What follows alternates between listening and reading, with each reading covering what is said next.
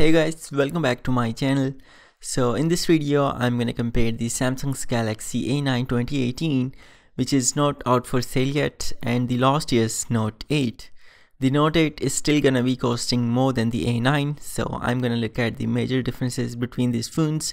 So starting off with the construction, on both handsets, we are gonna have glass back and aluminium frame. The screen size is gonna be same as well, which will be 6.3 inches diagonally, and it's gonna be longer in aspect ratio on both of these. So as for the overall size of these phones, the length is gonna be exactly the same, where the A9 is gonna be slightly more wider than the Galaxy Note 8. The Note 8 is gonna be a thicker phone and gonna be about 1mm more thicker than the Galaxy A9, which is gonna be noticeable. As for the bezel size, the Note 8 being the last year's flagship is gonna be way more ahead.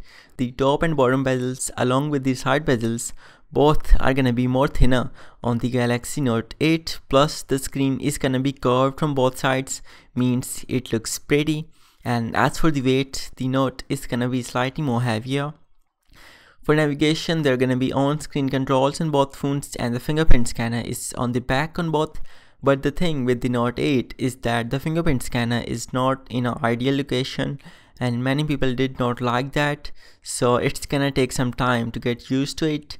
And both phones are gonna have the facial recognition feature, while on the Note 8 there is also gonna be an iris scanner which can be used instead of face unlock.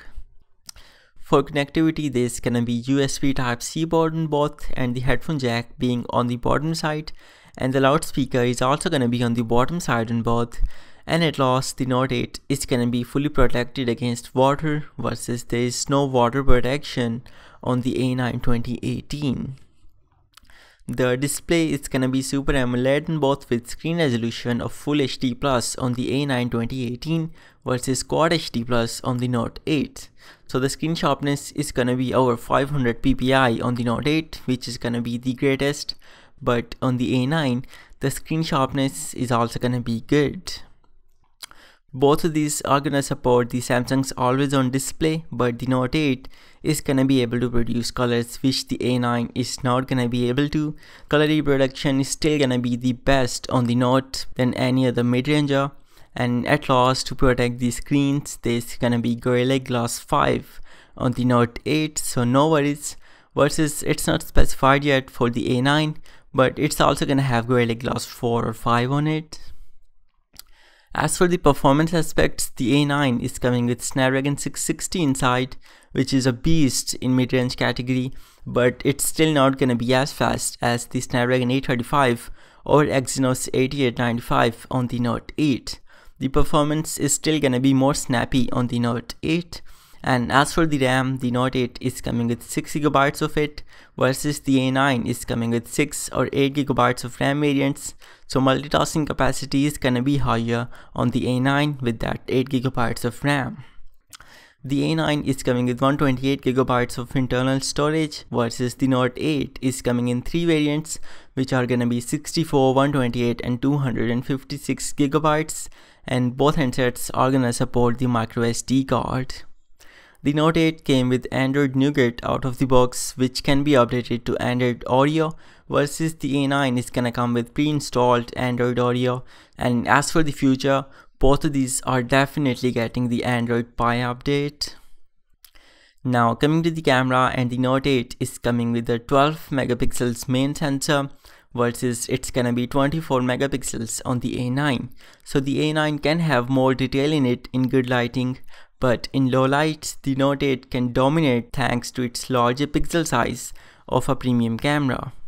As for the 2x optical zoom, it's gonna be 12 megapixel sensor on the Note 8 versus 10 megapixels on the A9, and the pixel size on this one is gonna be the same on both, while on the A9, the wide angle sensor is 8 megapixels and it has field of view of 120 degrees, which on the Note 8 is gonna be the maximum of 77 degrees.